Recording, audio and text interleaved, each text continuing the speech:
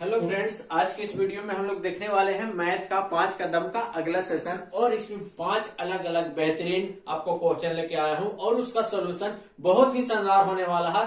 अक्सर आपके competition exam में ऐसा सवाल देखने को मिल सकता है। तो जो एएलपी के छात्र हैं, टेक्नीशियन के छात्र हैं, आरआरबी जेईई, एसएससी के छात्र हैं, बिल्कुल ध्यान से देखिएगा क्योंकि आपके एग्जाम में भी ऐसा सवाल आ सकता है। तो कैसे हम लोग सोल्व करेंगे? सीधे के सीधे आज का पहला सवाल आपके सामने ये रहा। ऐसा सवाल आ जाता है तो इसको कैसे सोल्व करेंगे? देखिए, √6 plus √6 plus √6 plus √6 plus dot dot dot infinite तक।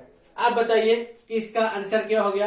तो बहुत सारे लड़के क्या मारेंगे? 6 मार के आ जाएंगे। तो हो जाएगा क्या? गलत हो जाएगा आपका खेला और रॉन्ग नंबर में फंस जाइएगा। ऐसा सवाल आएगा तो क्या करना है? 6 है ना जी, तो 6 का कॉमन फैक्टर निकाल लीजिए। 6 का फैक्टर क्या हो जाएगा? जिसका कॉमन डिफरेंस क्या आ जाए? जिसका डिफरेंस 1 आए, यानी कि 2 और 3। जिसका डिफरेंस क्या है आपका? जिसका डिफरेंस है सर 1 है ना जी। 2 और 3 फैक्टर 6 का जिसका डिफरेंस क्या है? 1 है। तो सबसे बड़ी वाली संख्या प्लस रहेगा तो क्या होगा? सबसे बड़ी वाली संख्या क्या हो जाएगा?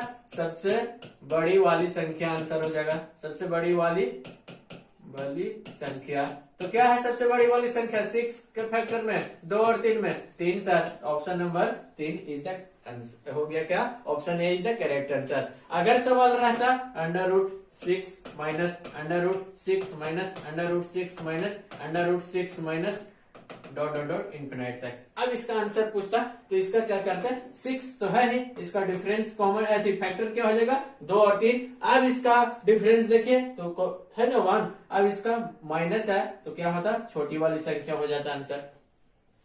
माइनस रहेगा तो छोटी वाली संख्या, अगर यहाँ पे प्लस रहेगा तो बड़ी वाली संख्या।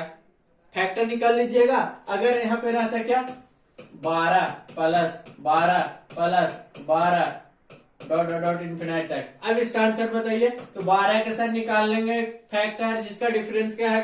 1। तो 3 और 4 सर जिसका डिफरेंस 1 है। तो इसका आंसर सर 4 हो जाएगा क्योंकि प्लस है तो प्लस में बड़ी संख्या। अगर यहाँ पे क्या रहता? माइनस रहता तो ये हो जाता छोटी वाली संख्या आंसर, है ना? समझ गए ना आप लोग? ऐसे बनाते हैं। एक और सवाल आपका एग्जाम में पूछ देगा कि सर चलिए 10 √10 इंटू √10 इंटू √10 इंटू √10 और बोल देता कि dot dot dot dot dot क्या बोल देता? आपका इन्फिनाइट तक बोल देता। क्या बोल देता? आपका इन्फिनाइट तक बोल देता। अब इसका आंसर बताइए। तो इसका आंसर क्या हो जाता? इन्फिनाइट तक अगर बोल रहा है तो आपका जो संख्या है वही आंसर हो जाता। अगर ऐसा सवाल आ जाए √2 और डॉट डॉट डॉट नहीं दिया हो गया, बस सिंपल इतना सवाल है, तो इसको हम लोग कैसे करेंगे? तो इसको इतना बराबर क्या हो जाएगा आपको? 2। क्या है? जो संख्या दिया गया है वो और उसके पावर में 2 के पावर क्या हो गया? जितना संख्या है 1 2 3 4 तो 2 के पावर 4 माइनस क्या हो जाएगा? 1 बटा में 2 के पावर 4। तो आ गया इसका आंसर 2 के पावर 4 16। 16 में से एक जाएगा क्या? 15 बटा 16। तो 2 के पावर 15 बटा 16। इसका एक फार्मूला होता है क्या? n के पावर 2 के पावर 1 माइनस 1 बटा 2 के पावर 1। ये आपका फार्मूला हो जाता है अगर इस तरह का सवाल आएगा तो। कैसा सवाल? इस तरह का सवाल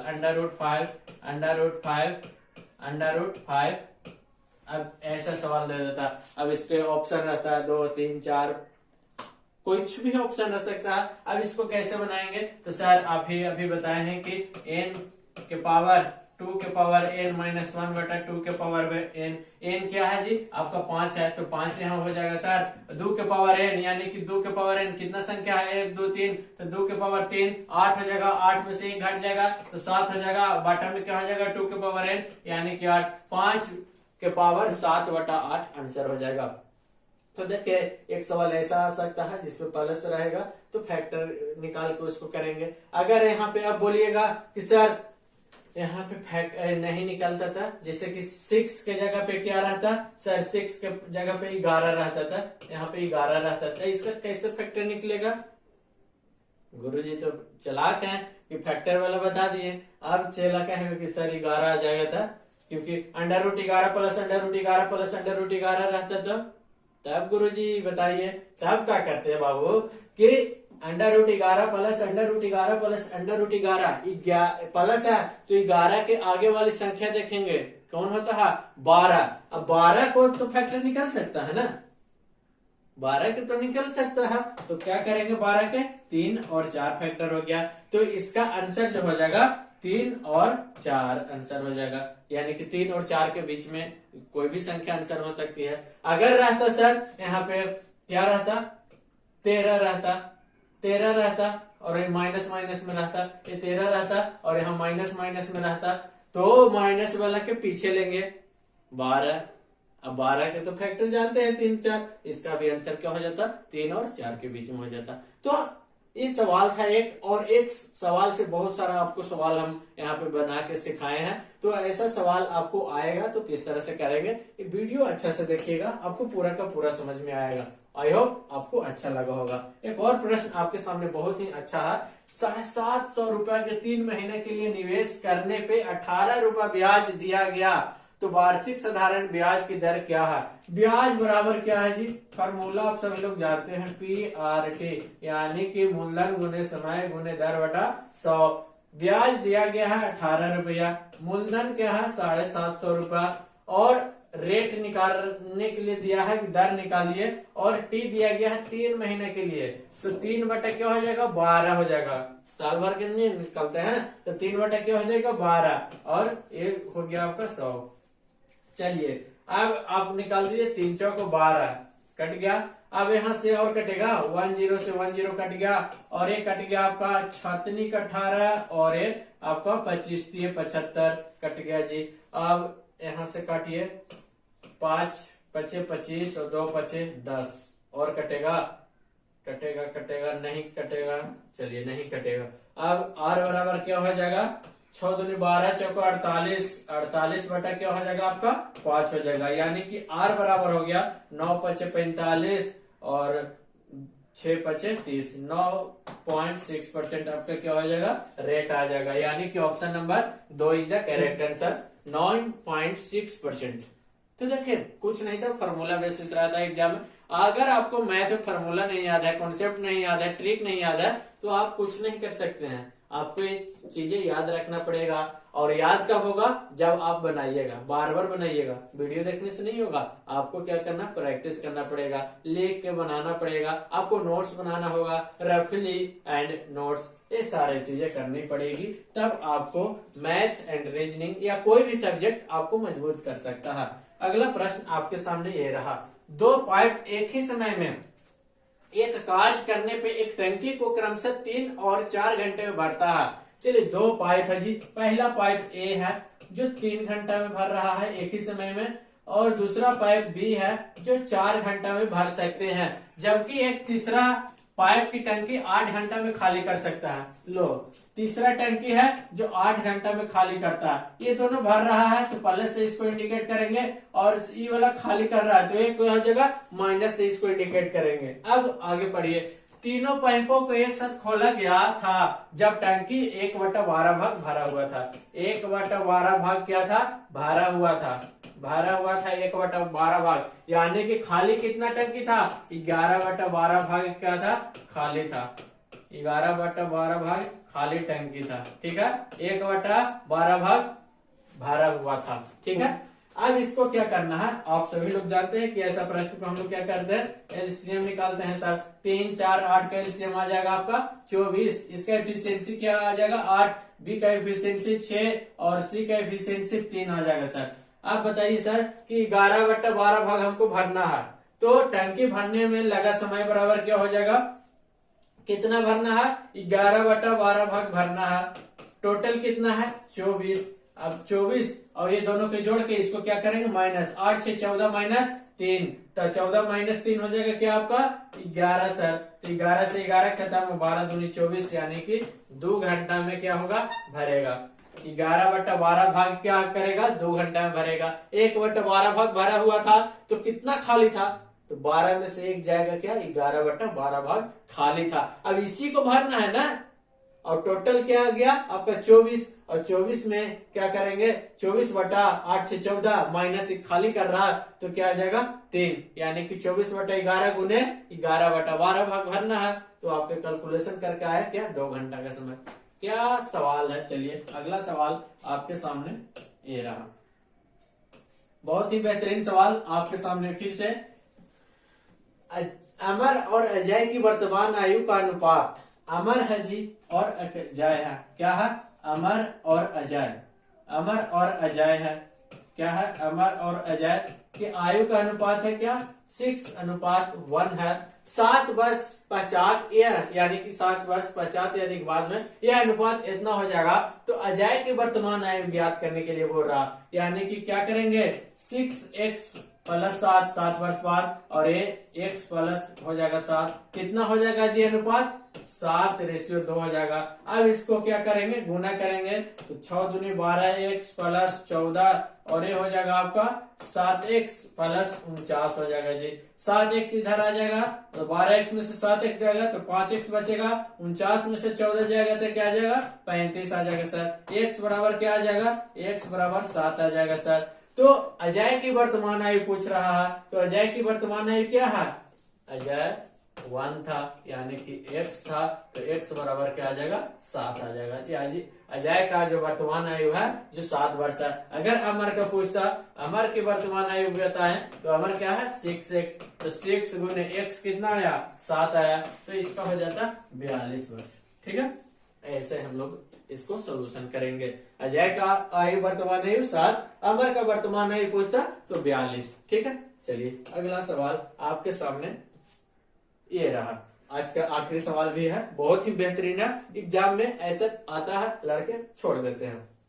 देखिए क्या x², चलिए पूछ रहा है जी क्या x² + 1y(x² बराबर क्या होगा यदि x + 1y(x बराबर 3 है तो ऐसा हम लोग कैसे करेंगे। देखिए इसमें कुछ नहीं करना है, अगर स्क्वायर वाला आ जाए और यहाँ पे प्लस रहे तो क्या करेंगे 3 के स्क्वायर माइनस क्या करेंगे 2 करेंगे सर, 3 × 9 और -2 बराबर क्या आ जाएगा 7 आंसर हो जाएगा सर। डायरेक्ट कर दिए, ये क्या है ट्रिक है जी।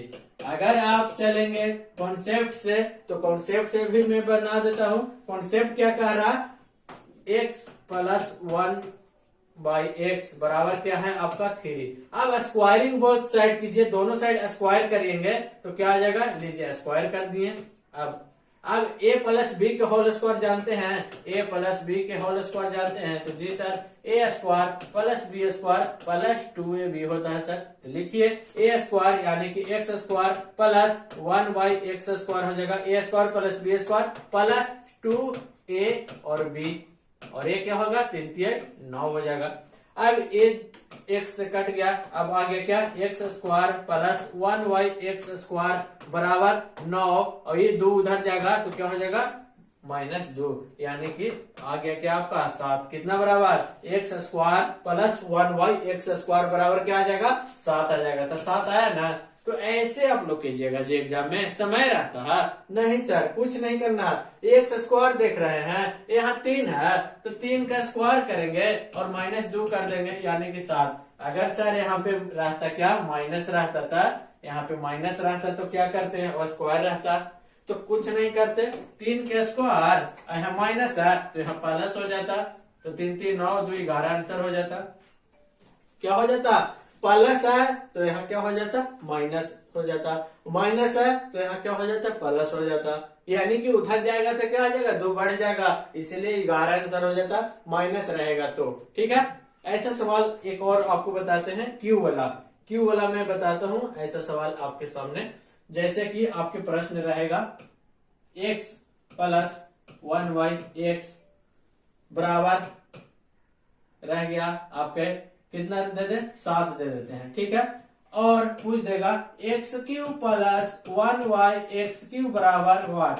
एक और प्रश्न हम आपको देते हैं कि 1 + 1y(x) बराबर देते हैं 3, तो x³ माइनस इसको लिखिए, इसको क्या कीजिए माइनस लिखिए, इसको क्या करेंगे माइनस, चलिए वो x माइनस 1/x बराबर 3, तो x cube minus 1/x cube बराबर क्या होगा। ये दो प्रश्न और है आपके सामने।